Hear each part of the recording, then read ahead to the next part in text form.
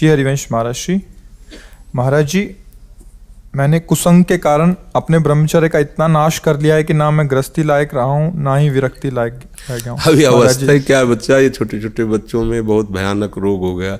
तभी संत महात्मा इन विषयों पर ज़्यादा चर्चा नहीं करते हैं, क्योंकि प्रिया प्रीतम की चर्चा छोड़कर, पर इसीलिए हितधाम में हम खुल करके हस्त मैथुन से सर्वनाश इसकी चर्चा इसीलिए की थी कि कम से कम आप लोग समझें। जिसे आप खिलवाड़ समझते, जिसे आप मनोरंजन समझते हैं, वो आपका सर्वनाश कर देगा।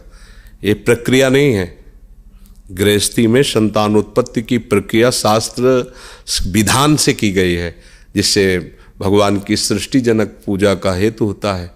लेकिन अभी बच्चा है, अगर वो वीरपात करता है तो वो इसी स्थिति को, आप नहीं, हजारों ऐसे बच्चे हैं, हजारों, आप ही अकेले नहीं हैं। तो इसका कारण हो गया कि फसल पकी नहीं, आपने नष्ट कर दिया। अगर 20 वर्ष तक ब्रह्मचर्य ठीक रखे और फिर गृहस्थ में जाए ब्याह करके और फिर स्त्री सहवास करे, उसको कुछ नहीं बिगड़ने वाला। वो 20 वर्ष स्त्री सहवास करके और फिर वो वैराग्य में चले तो वो बिल्कुल सच्चा फकीर बन सकता है। पर अब हुआ क्या, अभी फसल जैसे गेहूं की फसल होती है ना, देहात में उसे कहते हैं गलेथ। गलेथ माने अभी दाना पड़ने की प्रथम भूमिका है, दाना पड़ा नहीं, बाली आ गई, प्रथम भूमिका है। अब उसमें फसल को आप काट लो तो एक भी दाना नहीं निकलेगा और भूसा में दम नहीं होगी, बेकार चला जाएगा। 2 महीने केवल रुक जाओ, उसमें दाना आ जाने दो, पक जाने दो, तो वही बोले 50 मन 1 बीघा, 50 मन हुआ। तो अभी उम्र जो किशोर अवस्था से उठती है, जैसे 13, 14, 15, 16, 17, ये गलेथ की है। अब शास्त्रीय सिद्धांत से 25 वर्ष तक यदि ब्रह्मचारी रहे और फिर वो गृहस्थी में चला जाए और 20-25 वर्ष गृहस्थ में रहे, तो वो बहुत अच्छा गृहस्थ। और 25 वर्ष का ब्रह्मचारी जब संतान उत्पन्न करेगा तो बलिष्ठ और ज्ञानी और सर्वांग पुष्ट संतानें होंगी। और उसका महत्व ही नहीं समझा गया। बच्चे खिलवाड़ में जैसे दाद होती है, उसे खुजलाओ तो अच्छा लगता है, पर बाद में फबद जाती है। बस दाद जैसा सुख मिलता है उसको खुजलाने का, और उसी को सुख समझता है। अभी अज्ञानी है, जानता है नहीं। वीरपात जैसी भयानक मतलब वृत्ति उत्पन्न हो गई, अब उसको किसी दूसरे की जरूरत नहीं, तो अब वो उसे खिलवाड़ समझता है। ऐसे ऐसे बच्चे मिले जो दिन में 8-8 बार हस्तमैथुन करते हैं, और उन्होंने ऐसा सर्वनाश कर लिया, आंखों से दिखना, खड़े हो चक्कर, कमर में दर्द, लघुशंका कर रहे हैं तो वीरपात हो रहा है, हर तरह से दुर्दशा हो गई। जैसे मान लो अभी इसमें हिम्मत है तो बता पा रहा सभा में कि हम न स्त्री लायक रह गए, न विरक्त लायक रह गए। ये ऐसा ही होता है। जो आजकल के उपदेश देने वाले मित्रजन हैं या गाइड करने वाले बड़े जन हैं, वो बताते हैं, वो हमें तो ज़्यादा पढ़े लिखे हैं नहीं तो शब्द नहीं याद। वो फ्रस्ट्रेशन क्या है? हाँ, बोले उसको शांत करने का बहुत बढ़िया उपाय है, हस्तमैथुन कर लीजिए और आप शांति से फिर अध्ययन कीजिए, फिर स्वाध्याय कीजिए। कैसी बुद्धि मारी गई कि मतलब ऐसा लगता है कि ऐसे लोग कैसे हमारे समाज को आगे बढ़ने देंगे। आप सोचो, जो कह रहा है वीरपात करके शांति मिलेगी, फिर आप अध्ययन कर लीजिए, वो मित्र हो सकता है। अरे वीरपात जीवनी शक्ति, आप उसे क्या समझते हो? तो अब इसलिए बच्चा आप वो सत्संग सुनो जिनमें वर्णन किया है कि ऐसे सावधानी से रहो, धीरे धीरे संयम से रहो। अब ये अवस्था तो अभी सोचने की भी नहीं है, उस विषय में सोचने की नहीं, इतने में तुम खाली हो गए हो। अब आप सोचो क्या है, ये कोई संकोच की बातें नहीं। बच्चियां सब बर्बाद हो रहे हैं, यानी कि बच्चे ही बर्बाद हो रहे हैं सब। बहुत बड़ी हानि, बहुत बड़ी, ये हमारे समाज की बहुत बड़ी हानि है। अब जिन बच्चियों के अंदर प्रवृत्ति बन गई है, ऐसी गंदी प्रवृत्ति, वो एक पति को लेकर संतुष्ट हो पाएंगे क्या? जिन बच्चों के अंदर ऐसी प्रवृत्ति हो गई, वो एक पत्नी में संतुष्ट हो पाएंगे क्या? दोनों का जीवन बर्बाद है। तो बिना शास्त्र अनुशासन के, बिना संयम के, इसीलिए पहले था कि चाहे राजा का राजकुमार हो, चाहे गरीब का बालक हो, दोनों को गुरुकुल में रखा जाता था एक लेवल पर।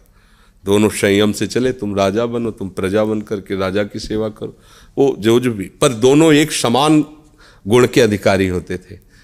अब आजकल तो ये सब है नहीं, और अपने बस की बात नहीं रह गई। भाई आप न सुधरना चाहो तो चाहे ब्रह्मा जी आ जाए, आपको नहीं सुधार सकते, आपके सुधरने पर है। आपने खुद अपना नाश कर लिया। अभ्यास एक ऐसी चीज होती है, कि बहुत अच्छी भी होती है, बहुत बुरी भी होती है। अब जैसे जिनको ऐसा अभ्यास हो गया है, वो कसम खा ले तो भी नहीं रुक सकते, क्योंकि उनके हाथ वहीं पहुंच जाएंगे, वैसी चेष्टा करेंगे, फिर बाद में उनको रोना आएगा, फिर वो कसम खाएंगे, फिर वो हार जाएंगे, पर उनके जबरदस्ती वो क्रिया करा लेगा। अभ्यास एक बहुत बड़ी चीज होती है। देखो सुधरने की चेष्टा है। हाँ, आप निकल सकते हो। सत्संग सुनो, जो ब्रह्मचर्य संबंधी सत्संग दिया, उन पे क्या ज्यादा चर्चा करे। वो बहुत सत्संग है ब्रह्मचर्य के, उनको सुनो। देखो महाराज जी, दिन में तो कभी स्वप्न, दिन में से कभी हस्तक्रिया हो नहीं सकती। अभ्यास इतना गलत बन गया महाराज जी कि हाँ तो वहाँ पहुंच जाता है, वो भी रात में। अच्छा, हम तो नाम का निरंतर रटन करते रहते हैं। ऐसा नहीं बच्चा, बहुत नहीं, ऐसा बच्चा निरंतर नाम का रटन सिद्धों का होता है। नाम की फिर अवहेलना हो जाएगी ऐसे।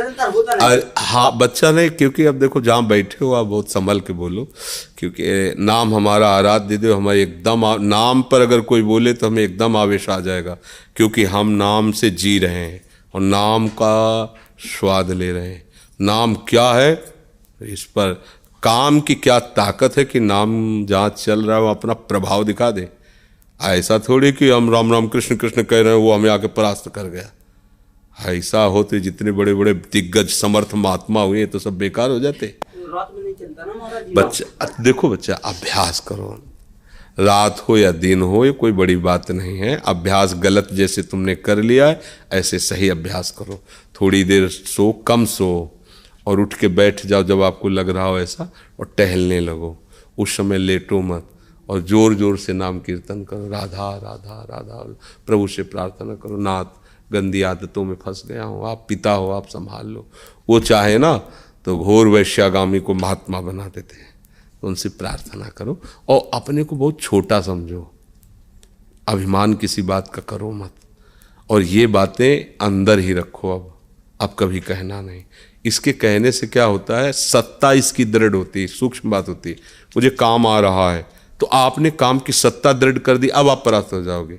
ऐसी तैसी हम भगवान के अंश हैं, भगवान के नाम के बल से हम कुछ भी जीत सकते हैं। ये कभी अपने मन को इतना निराश नहीं कर देना चाहिए कि अब तो मैं हार गया। नहीं, हम हर बार हारेंगे, पर हर बार हम जीतने का प्रयास करेंगे तो जीत जाओगे।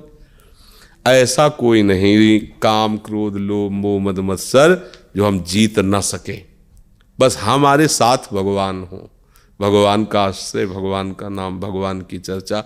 पवित्र रहो, गंदे लोगों से मत मिलो, गंदे दृश्य मत देखो, मोबाइल आदि गंदी वृत्तियों को ना देखो, नहीं तो फिर बुद्धि खराब हो जाएगी। ठीक है, और चुप रहो, गंभीर रहो, गंदी बातों का महत्व ही मत रखो। वो आ रही मन में, उनको ऐसे हटाते रहो, कूड़ा करकट की तरह। जैसे पागल आदमी बोलता है हम नहीं मानते, ऐसे ही हमारा मन पागल है, वो कुछ भी प्रेरणा करे हम नहीं मानते।